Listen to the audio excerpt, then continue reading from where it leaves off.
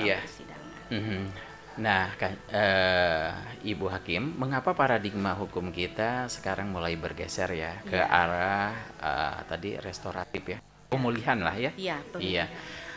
Bukan lagi sekedar menghukum pelaku Iya, atau retributif ya? iya. Iya.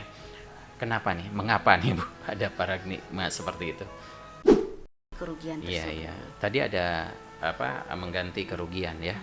Itu mengganti kerugiannya sesuai tuntutan si korban atau misalnya disesuaikan kemampuan atau mungkin ada apa istilah perintah dari hakim atau gimana, Bu? Tidak. Kemudian siapa saja pihak yang harus terlibat dalam proses mediasi pidana ini? Apakah harus ada kesepakatan sukarela dari korban atau gimana?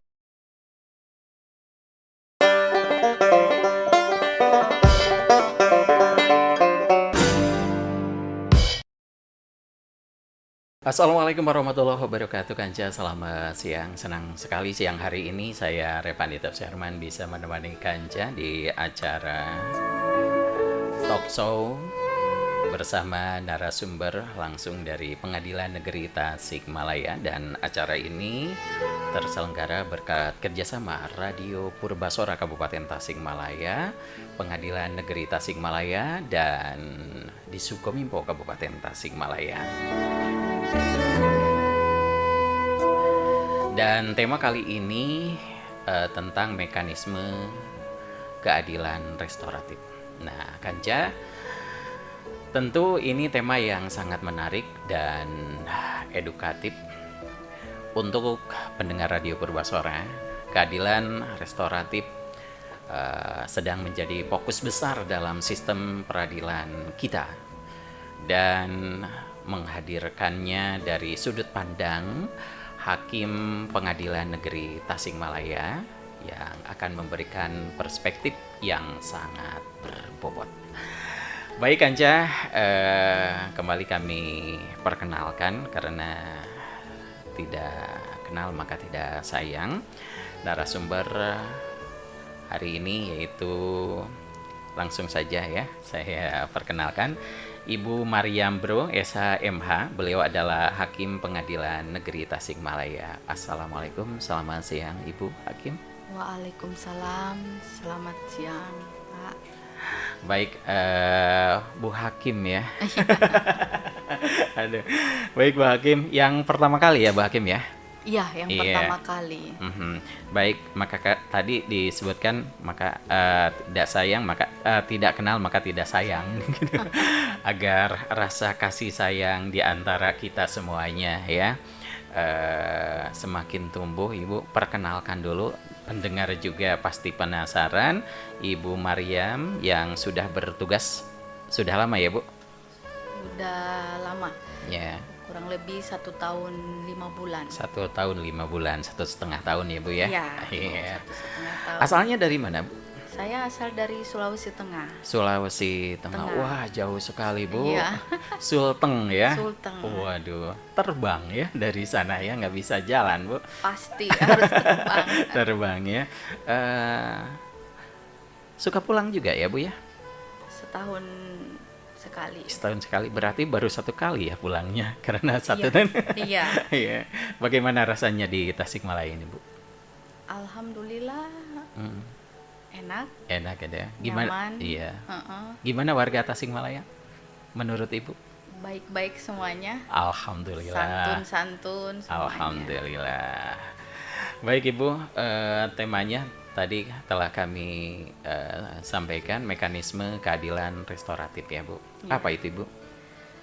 Jadi mekanisme keadilan restoratif sekarang ini sudah diatur ya dalam KUHP yang KUHAP yang Iya, baru hal ya. yang baru. KUHAP nomor 20 tahun 2025, khususnya di pasal 1 angka 21. Di sini mekanisme keadilan restoratif itu tindak pidana yang dilakukan di dalam persidangan ya. Iya. Di dalam persidangan dengan melibatkan terdakwa keluarga terdakwa, Mhm.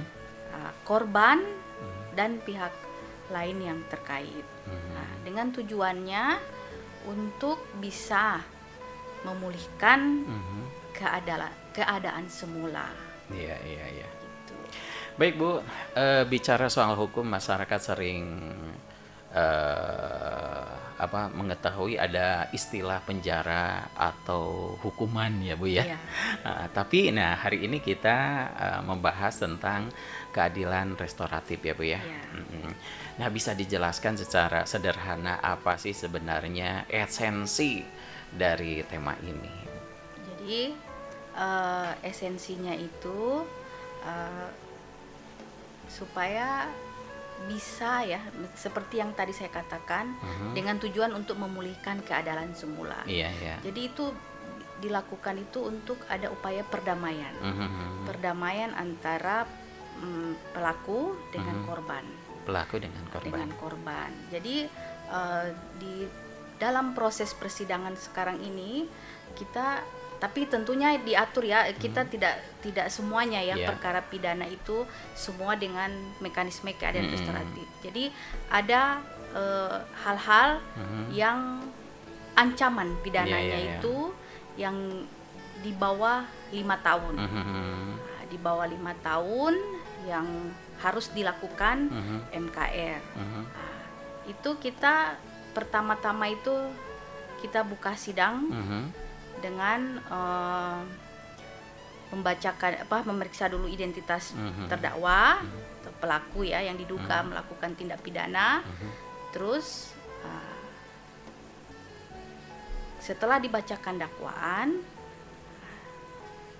kita sebagai majelis hakim meminta kepada penuntut umum untuk menghadirkan korban dengan upaya diadakanlah keadilan restoratif ini, pendekatan keadilan restoratif. Nah, maka majelis hakim menunda persidangan untuk dilakukannya MKR. Ketika korban hadir di persidangan, maka dilakukanlah MKR. Jadi majelis hakim itu prosesnya menunjuk hakim anggota, jadi ketua majelis menunjuk hakim anggota 1 untuk dilakukannya MKR, yaitu dengan mediasi, supaya bisa terlaksananya MKR.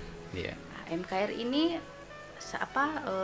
tujuannya itu ya supaya memulihkan keadaan semula dengan cara manakala terjadinya kesepakatan, jadi bisa dalam hal ini ganti kerugian. Kalau jadi karena diatur ya ancaman pidana di bawah 5 tahun itu seperti perkara pencurian atau penggelapan yang ada menemukan kerugian bagi korban. Ketika itu tercapai, diberi waktu 7 hari untuk supaya bisa dilakukannya ganti kerugian. Dari situ itu jangka waktunya 30 hari. 30 hari dan harus penal mediasinya harus selesai. Harus bisa terjadi ganti kerugian supaya bisa memulihkan keadaan semula. Nah, itu. Setelah terjadinya itu hakim anggota 1 bisa melaporkan kepada ketua majelis. Ketika ada kesepakatan terjadi, maka perkara ini langsung disidangkan oleh hakim anggota 2 dengan acara pemeriksaan cepat. Seperti itu. Persidangan. Nah, Ibu Hakim, mengapa paradigma hukum kita sekarang mulai bergeser ya ke arah tadi restoratif ya, pemulihan lah ya? Iya. Bukan lagi sekedar menghukum pelaku atau retributif ya. Iya. Kenapa nih? Mengapa nih Bu ada paradigma seperti itu? Ya mungkin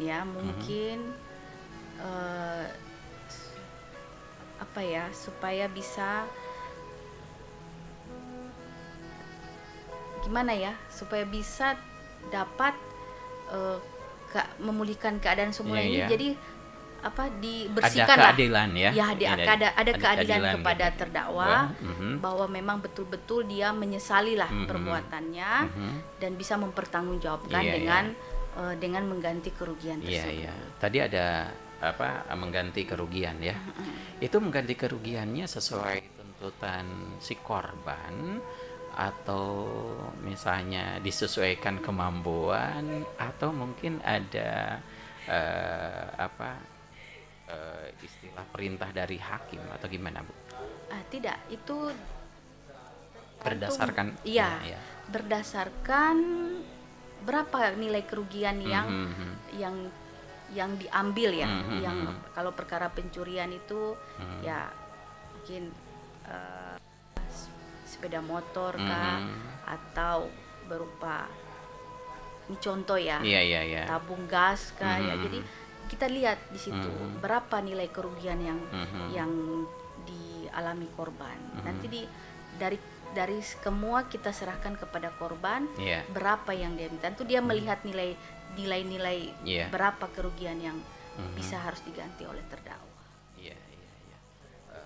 Baru kalau misalnya ada persetujuan dari korban tentunya bisa terjadi MKR ini ya, Bu ya. Iya. Itu yang memang tujuan utamanya itu. Iya.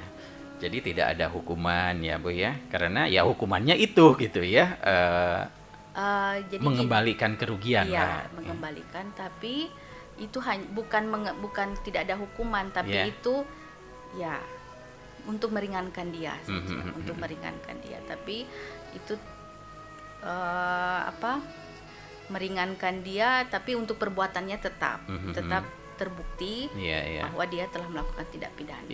Tapi itu di bawah hukuman 5 tahun ya, Bu ya? Iya, dia diatur dengan ancaman pidana di bawah 5 tahun.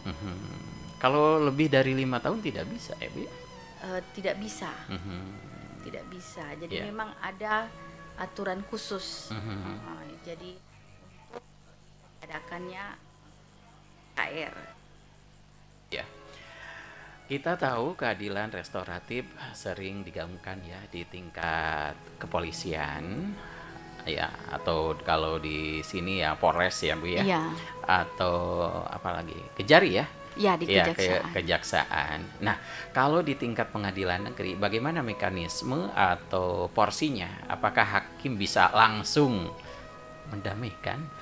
Itu tadi yang saya jelaskan di awal. Bisa langsung ya? Kita punya mekanismenya yang itu. Jadi tadi itu ketika kita lihat yang tadi saya jelaskan, kita lihat dulu ancaman pidananya dan tetap kita majelis dulu yang menyidangkan. Nah, setelah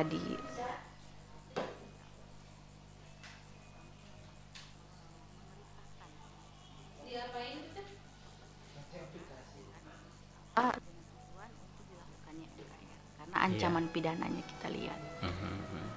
Nah, berdasarkan perma ya, Bu. Tadi Ibu menyebutkan perma ya, peraturan Mahkamah Agung nomor berapa, Bu? Nomor 1 ya?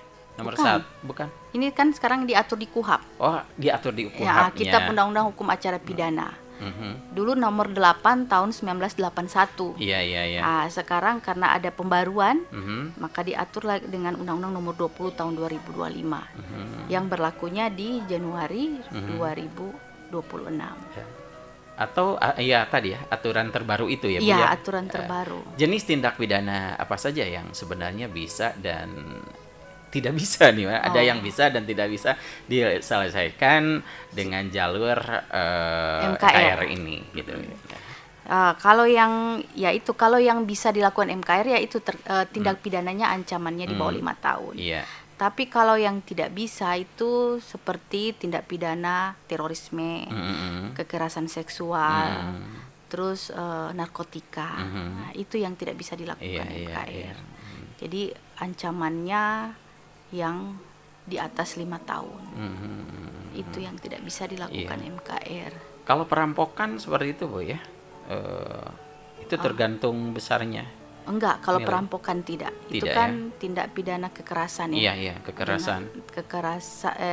Itu kan pencurian dengan kekerasan. Nah, itu tidak bisa karena ancamannya tinggi. Iya, iya, iya. Kemudian juga sekarang yang sedang viral mengenai apa ya, pelecehan seksual gitu ya. Iya, Nah, itu bisa juga bisa. tidak bisa Tidak bisa ya. karena ancamannya itu Mhm. di atas 9 tahun. 9 tahun ya. Mhm. Jadi Jadi memang diatur khusus kalau untuk pelaksanaan MKR itu mhm, ancaman pidananya 5 tahun. 5 tahun. Kalau lebih dari 5 tahun tidak bisa ya, Tidak Mas bisa. ya. Di bawah 5 tahun. Iya, di bawah 5 tahun. Kemudian siapa saja pihak yang harus terlibat dalam proses mediasi pidana ini? Apakah harus ada kesepakatan sukarela dari korban atau gimana? Iya, itu yang terlibat di situ hanya terdakwa dan korban Mhm. dan keluarga terdakwa maupun dengan keluarga korban. Mhm. Nah, disitulah mereka Berembuk ya? ya berembuk untuk bisa ya tercapai tuntutan dari korban seperti untuk minta ganti kerugian. Nah, dengan adanya kesepakatan, ketika ada kesepakatan, kesepakatan itu terjadi, maka hakim anggota 1 dalam hal ini yang ditunjuk oleh majelis ya, sebagai mediator ya, sebagai mediator ya, dia memberikan jangka waktu selama 7 hari untuk pembayaran. Iya, iya. Ketika telah terlaksana, maka proses persidangan tetap dilanjutkan, tapi kita dengan tentunya bukan majelis hakim, tapi dengan hakim ditunjuk lagi oleh ketua majelis dengan hakim anggota 2 Iya. yang langsung melaksanakan proses persidangannya. Nah, bagaimana jika korban sudah memaafkan ya Bu ya, tetapi kerugian materialnya belum diganti lah, belum dibayar. Apakah proses ini tetap bisa berjalan? Tapi jangan dulu jawab ya Bu. Baik. Mohon maaf Bu ya. Iya. Kita ya menikmati dulu sebuah lagu berikut ini ya. Tetaplah Kanca bersama kami di acara Talk Show bersama narasumber dari Pengadilan Negeri Tasikmalaya. 105,7 Radio Purbasuara Pas FM Pas informasinya. Masih di Talk Show Sipakum ya nama asalnya ya. Siaran paham hukum. Dan kami ucapkan terima kasih juga buat Kanca yang baru bergabung. Dan silakan yang mau bertanya ya sesuai dengan tema ini ke nomor 0853 244 0070 via WhatsApp ya. Sekali lagi nomornya 0853 244 0070. Bersama narasumber Ibu Hakim Ibu Mariam Bro SHMH. Beliau adalah salah satu hakim Pengadilan Negeri Tasikmalaya. Baik Bu, tadi ada pertanyaan yang tertunda ya Bu ya. Iya. Mohon maaf ya. Memang ada metode seperti itu Iya. Bu ya. Saya mohon maaf karena Pak Ibu yang pertama ya. Takutnya kaget kan. Tapi enggak ya Bu. Tenang aja. Baik Bu, tadi pertanyaan yang tertunda apa ya? Bagaimana jika korban sudah memaafkan tetapi kerugian materialnya belum diganti, belum dibayarkan? Apakah proses ini tetap bisa berjalan atau gimana Bu? Silakan Bu. Kalau memaafkan, Iya. ya itu bisa. Tapi untuk proses MKR-nya itu berarti tidak tercapai. Tercapai. Karena MKR ini dituntut untuk mengganti kerugian. Nah, makanya ketika apa yang dimintakan oleh korban dengan seperti untuk dia kan kehilangan nih, dia merasa dirugikan. Iya. Dengan dia menuntut kerugian itu, ketika terdakwa sepakat bisa mau membayar ganti kerugian itu, maka tercapailah keadilan restorasi. Bisa dituntut ulang ya Bu ya? Atau ada hal lain gitu. Misalnya ternyata dia tidak mampu atau mengingkarinya gitu ya. Ya, berarti tidak tercapai. Tidak tercapai. Jadi tetap prosesnya berjalan. Dan itu nanti menjadi pertimbangan dari majelis hakim atau hakim yang menangani perkara tersebut. Baik Bu, sangat menarik nih buat buat kita semuanya mengenai sosok Ibu Hakim ini ya Bu. Selama bertugas di Pengadilan Negeri Tasikmalaya, bagaimana Ibu melihat respon masyarakat lokal terhadap upaya perdamaian ini Bu ya? KR ya Bu ya?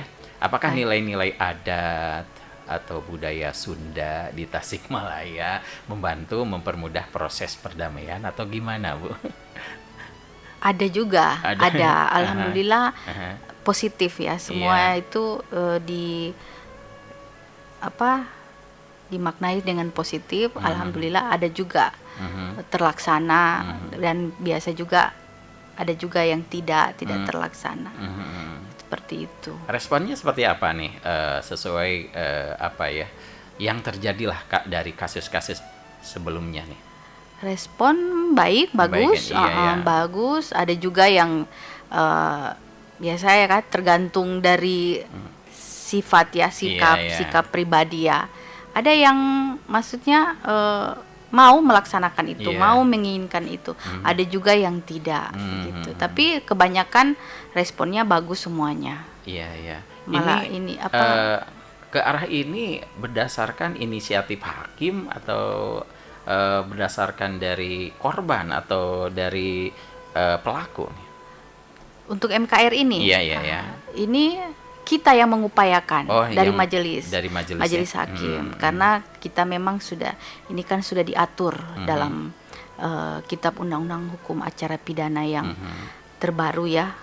Ini sekarang diatur dalam aturan ini, makanya kita wajib mengadakan, mengupayakan upaya perdamaian.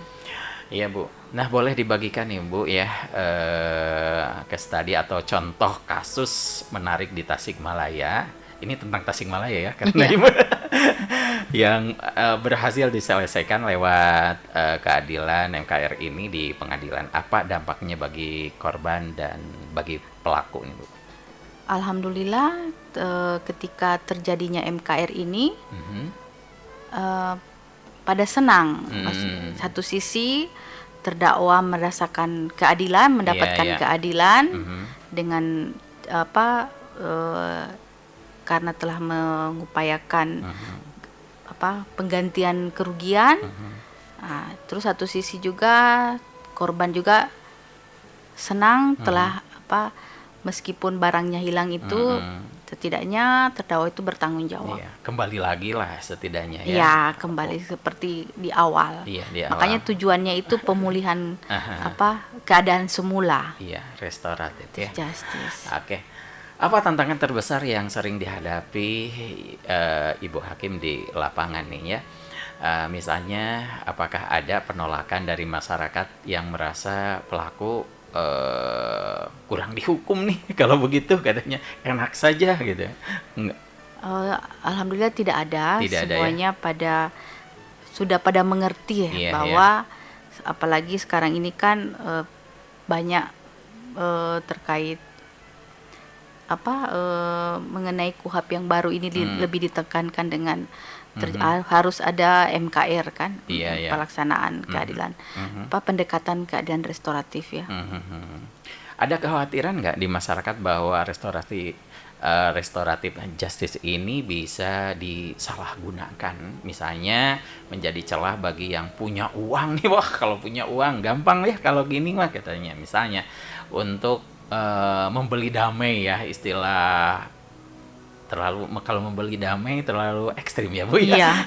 Bagaimana pengadilan memastikan bahwa mekanisme ini murni demi keadilan, bukan transaksional nih Bu? Mohon maaf nih ke sana pertanyaannya. Makanya itu yang seperti saya katakan tadi, jadi kita tujuannya itu kesepakatan, kesepakatan antara korban dan pelaku. Ketika ada kesepakatan, berarti keadilan restoratif ini tercapai. Nah, jadi kita hanya berdasarkan kesepakatan aja.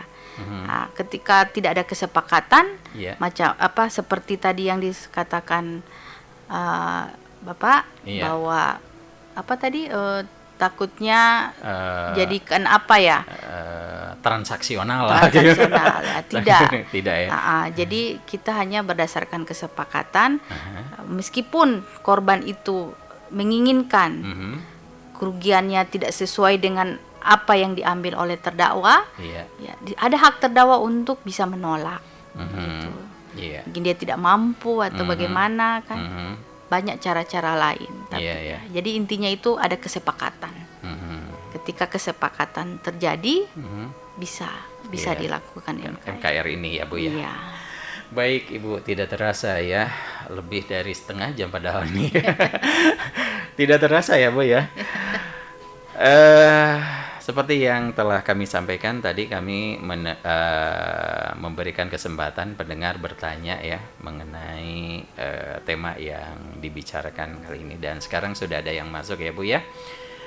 Ada pendengar yang bertanya. Assalamualaikum warahmatullahi wabarakatuh. Waalaikumsalam. Selamat siang Arepan dan Ibu Hakim terhormat. Maaf, saya mau bertanya, kalau anak di bawah umur terkena kasus narkoba, dalam hal ini pemakai, berapa tahun hukumannya dan bisa melalui proses ini? Ibu Ersa dari Kota Tasikmalaya. Dari kota nih, dari Kota Tasikmalaya. Kota Tasikmalaya. Ibu Ersa. Anak ya. Anak ya. Anak terkena kasus narkoba, pemakai lah gitu. Pemakai. Tapi anak ini anak ya. Berarti di bawah 16 tahun ya? Iya, di bawah 18. 18 ya. 18 tahun. Nah. Itu bisa. Bisa ya? Bisa, tapi kita lihat dulu ada tidak data-data pendukung dia bahwa dia itu sebagai pemakai. Ketika ada, nanti bisa dipanggil dari pihak keluarganya, seperti apa nanti tindakan nanti upaya dia untuk dilakukannya rehab. Kalau memang dia sebagai pemakai, gitu. Pemakai dari narkoba ya. Gitu. Baik, berikutnya ya Bu ya. Pertanyaan berikutnya. Assalamualaikum warahmatullahi wabarakatuh. Waalaikumsalam. Arepan dan juga Ibu Hakim yang saya hormati, saya Muhammad Rifki dari Singaparna mau bertanya mengenai waris ya. Selama ini orang tua sudah meninggal, tapi warisannya dipegang oleh kakak tertua, belum dibagikan keseluruhannya. Apakah hal ini bisa dilaporkan dan diadili? Terus bisa dengan apa ya, disingkat nih, dengan proses restoratif ini. Terima kasih atas jawabannya. Sama-sama ya Pak, yang ada dari Singaparna. Gimana Bu? Kalau seperti itu ya, dia melapor ya. Iya, melapor. Tidak berarti ada tindak pidana di situ. Iya. Belum dibagikan lah belum gitu. Dibagikan sudah lah. lama. Berarti itu kita lihat dulu, makanya saya katakan kita lihat ancaman pidananya. Kan tidak semua ancaman pidana yang kita lihat di ancaman pidananya itu apakah dia di bawah 5 tahun atau tidak. Kalau memang yang didakwakan kepada si terlapor itu ya di bawah ancaman di bawah 5 tahun, bisa kita lakukan MKR. Tapi kalau tidak bisa. Jadi kita ini ditekankan hanya pada berdasarkan dakwaan yang ancaman pidananya itu di bawah 5 tahun. Kita lihat dulu nantinya pasal berapa yang didakwakan kepada si terlapor ini. Gitu. Kalau begitu mungkin untuk mengetahui ancaman 5 atau kurang atau lebih gitu ya, berarti harus melapor dulu ya Bu ya? Iya, kita lihat dulu jenis perbuatannya seperti apa. Nah, itu nanti dari kepolisian, dia juga bisa lihat dari dari pihak kepolisian, dalam hal ini penyidik bisa melihat kalau bisa dilakukan RJ bisa dilakukan. Nah, begitu pula kalau tidak tercapai RJ di kepolisian kan ada di penuntut umum. Tapi dilihat dulu ancaman pidananya. Jadi kita ditekankan kepada ancaman pidana. Iya. Pasal yang diaturnya bisa itu. Lapor langsung ke pengadilan atau melalui kepolisian? Tidak bisa, semua itu prosesnya dari kepolisian ya. Kepolisian. Iya. Nah, kalau untuk perkara pidana. Iya. Nah, gitu ya. Iya. Untuk penanya tadi Pak Muhammad ya dari mana tadi? Dari Singaparna. Aduh, saya dari Singaparna. Semoga puas ya dengan jawaban Bu Hakim tadi. Baik Kanca, dimanapun Kanca berada, waktunya sebentar lagi akan segera berakhir. Tentunya ada hal yang akan disampaikan. Mungkin ini sebagai ringkasan atau rangkuman dari apa yang menjadi tema kali ini dari Ibu Hakim. Silahkan Ibu Hakim, dan sekaligus closing statement ya Bu. Iya, ya mudah-mudahan ya warga Tasikmalaya dengan adanya MKR ini mungkin bisa lebih memahami ya terkait prosedur MKR yang ada di pengadilan. Jadi tapi bukan juga dijadikan sebagai tadi yang seperti dikatakan jadi korban itu untuk apa tadi? Transaksional. Ya, transaksional. Jadi beli hukum. Ya, beli hukum. Itu bahasa yang terlalu ekstrim sebetulnya. Iya, jadi intinya semoga ya baik juga yang sebagai pelaku tindak pidana supaya bisa lebih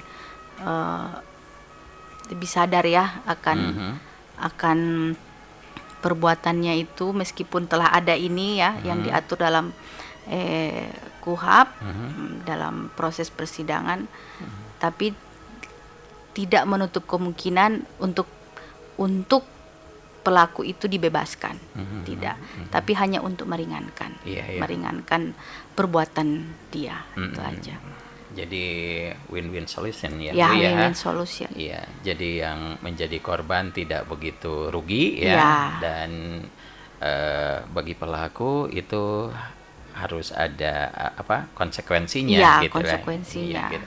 Jadi tidak semata-mata bebas begitu saja gitu ya. Cuma ini ada pemulihan lah, ada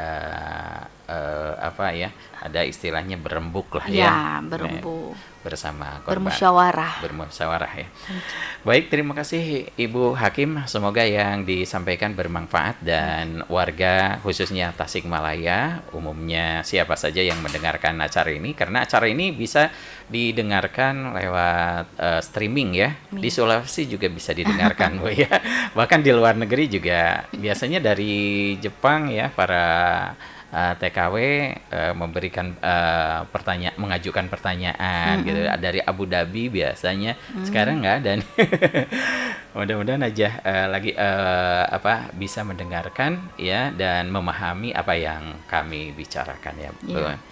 Baik Kanca, sebelumnya kami ucapkan terima kasih kepada Ibu narasumber, Ibu Mariam Bro SHMH. Beliau adalah salah satu hakim Pengadilan Negeri Tasikmalaya.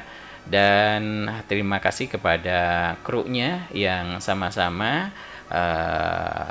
ikut untuk mensukseskan acara ini ya, demi paham hukum untuk warga khususnya Tasikmalaya, umumnya seluruh warga tanah air ya.